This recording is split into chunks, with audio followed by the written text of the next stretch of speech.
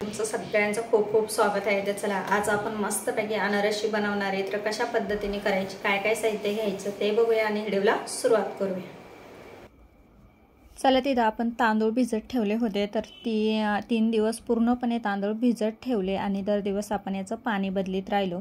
तर छानपैकी 3 दिवस मस्त 3 दिवस पाणी बदललं आणि आज चौथा दिवस आहे. तर चौथ्या दिवशी छानपैकी हे भिजल्या गेले. तर बघू शकता बोटाने सुद्धा बारीक होत्या.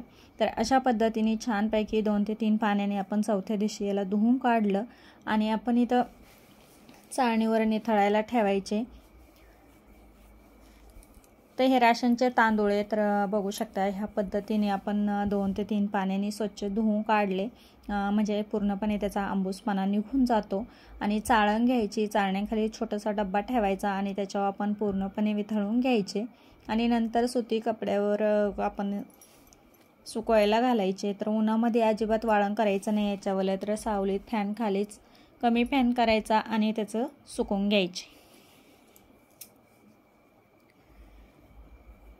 चला तर पूर्ण पाणी वितळून गेलं. सर्व तांदूळ आपण ह्याच पद्धतीने पाणी वितळून घेतलं आणि लगेचच आपण इथं मोठी शाल घेतली, शालीवर टाकून घेतले आणि जास्त फुल फॅन करायचा नाही, कमी फॅन ठेवायचा, कडक जास्त होऊन द्यायचे नाही.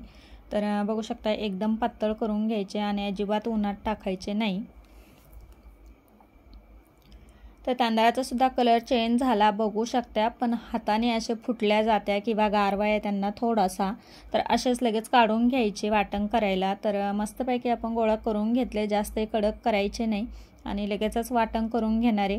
तर तुम्ही छोटी गिरणी घरी असेल तर चाळणी बदलून आणि स्वच्छ करून त्याच्यावर सुद्धा बारीक करू शकता. पण मोठ्या गिरणीमध्ये आपल्याला व्यवस्थित करून देत नाही, दुसरं बाकीचं पीठ त्याच्यात मिक्स होतं. तर त्याच्यासाठी आपण इथं थोडं थोडं करून मिक्सरला फिरवून घेणार आहे. मस्तपैकी बारीक झालंय. तर बघू शकता जेवढं बारीक होईल तेवढं बारीक करून घ्यायचं, थोडं थोडं घालून. तर जास्त तांदूळ टाकायचे नाही, थोडेसे तांदूळ टाकून आणि मग बारीक करून घ्यायचं. तर चला अशाच पद्धतीने आपण सगळं आता इथं वाटण करून घेतलं आणि हे पूर्णपणे सर्व चाळून घ्यायचं.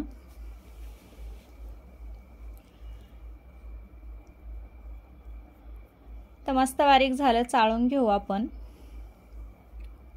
तर चला बघू शकता पिठाचा कलर सुद्धा चेंज झाला आणि पीठ हलकं फुलकं होतं चाळण्यानंतर कुठलंही पीठ.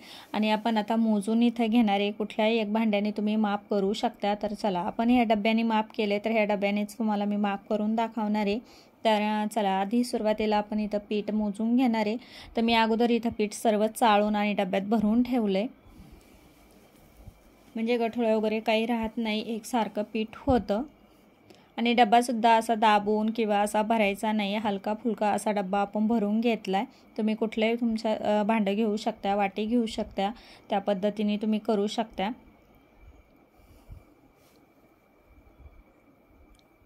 तर हलक्या हाताने भरून घ्यायचं. तर चला इथं 2 डब्बे करून घेतले. तर आपण इथं 4 डब्यांचं अनारशी बनवतोय. तर मापानुसार बनवलं तर कुठलेही पदार्थ छान होतो. आणि बघू शकता अशा पद्धतीने आपण आता 3 डब्बे घेतले आणि चौथा डब्बा भरून घेतो. थोडंसं पीठ शिल्लक राहून द्यायचं, जेणेकरून आपल्याला हाताखाली पीठ लागतं.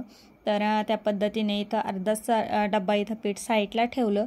4 डब्बे इथं आपण पीठ मोजून घेतलं. तर गूळ इथं किसून घेतला मी, तर ते 2 डब्बे घेतला आहे. तर 2 डब्बे पीठ आणि 1 डब्बा गूळ असं प्रमाण याच्यावालं. तर इथं आपण 4 डब्बे आता पीठ घेतलं, तर 2 डब्बे किसून गूळ घ्यायचा. गूळ हे किसूनच घ्यायचा मस्तपैकी. आणि बघू शकता अशा पद्धतीने इथं चोळून पिठाला घ्यायचा. पिठाला सुद्धा थोडासा गारवा राहतो, आपला गूळसुद्धा थोडासा वलसर राहतो. आणि बघू शकता हाताने चोळून घेतला पूर्णपणे आणि कलरसुद्धा चेंज झाला आपल्या पिठाचा. तर लगेच पुन्हा परत मिक्सरच्या भांड्यामध्ये टाकून घ्यायचं आणि पुन्हा परत फिरवून घ्यायचं. चला तर मस्त आपण 2-3 बाऱ्या मिक्सरला फिरवून घेतलं आणि पूर्णपणे आपल्या पिठाचा कलर चेंज झाला. थोडंसं नॉर्मल आपलं इथं वलसरपणासुद्धा झाला, पण जेवढं आपण मळून ठेवू तेवढा त्याला वलसरपणा येतो. पाणी टाकायची अजिबात घाई करायची नाही, दूध नाही, पाणी नाही, आपण अजिबात कशाचा वापर केला नाही. चला तर अशा पद्धतीने आपण सर्व वाटण करून घेतलं आणि आपण मिक्सरला फिरवून घेतलं. काही ठिकाणी कोरडं राहतं, काही ठिकाणी पूर्णपणे आपल्या गठुळ्या होत्या. तर एकसारखं मळून घ्यायचं. तर अशा पद्धतीने छान असं मळून घ्यायचं. मळत मळत राहिलं का हाताची उष्णता आणि गूळ आणि जेणेकरून जे दमट हे तांदूळ आपण वाटलेले राहते त्याने एकदम ओलसरपणा येतो. त्याच्यामुळं पाणी टाकायचं नाही आणि तुम्हाला किती पण कोरडं वाटलं तरी पाणी टाकायची घाई करायची नाही. आता इथं 1.5 चमचा आपण इथं विलायची घालून घेतली. विलायची टाकून आणि आपण जे उंडे करून ठेवतो त्यावेळेस खूप छान सुगंध येतो ह्या पिठाचा. तर पुन्हा परत मिक्स करून घ्यायची आणि आपण याचे आता गोळे करून घेणार आहे.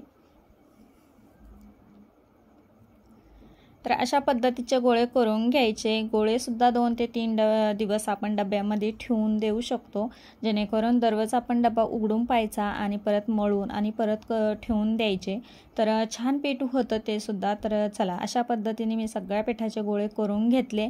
एक टिपकासुद्धा पाणी दूध काही वापर केला नाही. आणि चला डब्यामध्ये आता इथं डब्बा स्वच्छ पाहिजे, तो सुद्धा वलसर नाही पाहिजे अशा पद्धतीचा, आणि झाकून ठेवायचं 2 ते 3 दिवस. चला 3 दिवस मस्तपैकी पीठ भिजून झालं आणि कलर बघा आणि किती मऊसूर झालं. तर थोडासा आता आपण शेवट ज्या दिवशी आपल्याला बनवायचे त्या दिवशी आपण अशा पद्धतीने याला थोडासा दुधाचा हात आपल्या फक्त हाताला लावून घ्यायचं, दूध अशा पद्धतीने चोळून आणि लगेचच मळून घ्यायचं. हे जेवढंसं हवेला राहीन किंवा हाताची उष्णता राहीन ते लगेच मऊ होतं, वलसर होतं. जास्त कशाची त्याला दुधाची किंवा कशाची गरज येत नाही. आपण थोडेसे 2 पोहे इतपत आपण इथं दूध घेतले आणि छान मळून घेतलंय.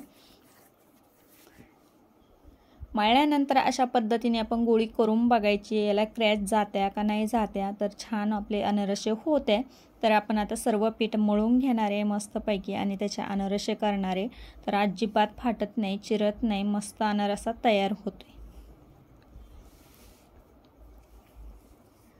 चला आता सगळं पीठ आता मळून घेतलं. 2 चमचे आपण 2 ते 3 चमचे फक्त दुधाचा वापर करून आणि छानपैकी मळून घेतलं. लगेच तिथं आपण आता कागदावर थापून घेणार आहे. तर तुम्ही प्लॅस्टिकवर सुद्धा थापू शकता किंवा ताटावर सुद्धा थापू शकता. तर अनारसा कशावर पण थापता येतो. तर इथं खसखस टाकून घेतली आणि मस्तपैकी आता आपण अनारस थापून घेऊ. तर अनारसे करायचे भरपूर मोठी प्रोसेस राहते, जेणेकरून तांदूळसुद्धा 1 दिवस 3 दिवस भिजत घालायचे. 4थ्या दिवशी वाटून आणि ते मळून घ्यायचे आणि जास्त कडकसुद्धा झाले नाही पाहिजे, एकदम हिशोबातच वाळले पाहिजे. आणि पुन्हा परत पीठ मळून 3 दिवस भिजून आपल्याला अनारसा करता येतो.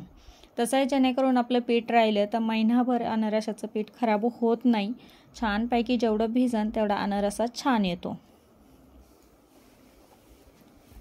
तर चला एक अनारसा मस्त झाला आहे, दुसरा बी करून घेऊ. आणि एका वेळेस तुम्ही भरपूर करून ठेवू शकत नाही, जेणेकरून त्याला हवेने लगेच पाणी सुटतं किंवा पातळ होतो. तर तुम्ही 4 ते 5 करून ठेवू शकता, तेल तर गरम होऊस तवर, किंवा अशा पद्धतीने तुम्ही कागदावर अशा खसखस लावून असे 4 ते 5 करू शकता. चला आपले आता 4 ते 5 आपण करून घेऊ. तेलसुद्धा मस्त तापलं आहे. अनारसा तळताना खसखशीची बाजू कधी वरती करायची, खाली करायची नाही आणि एकच बाजूने अनारसा तळतो अशा पद्धतीने. तर दुसऱ्या साईडने झाऱ्याने असं तेल उडवत अनारसा वरची साईड तळून घ्यायची. तर बघू शकता मस्त असा कलर आला आपल्या अनारसाला. सर्व आपण ह्याच पद्धतीने तळून घेणार आहे. तर अजिबात अनारसा असा पलटी करत नसत्या, तर एकच बाजूने भाजून घेत्या. तर चला छानपैकी एक अनारसा तयार झाला आहे तळून छानपैकी, आणि दुसरा आपण टाकून घेतला. विरघळला अजिबात नाही आहे. मस्त असा आपला अनारसा रेडी झाला आहे. आणि आपण चाळणीमध्ये काढून घ्यायचं, जेणेकरून चाळणीला असे एकापैकी लावून दिले का एस्टरचं तेल सगळं आपलं ताटामध्ये नितळून जातं.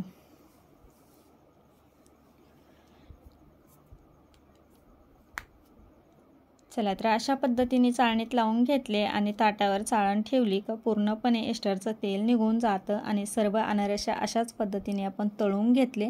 खूप सुंदर असे झाले. तर तुम्हीसुद्धा अशाच पद्धतीने बनवून बघा. लाईक करा, शेअर करा. चॅनलवर नवीन असेल तर सबस्क्राईब करा. व्हिडिओ पाहिल्याबद्दल धन्यवाद.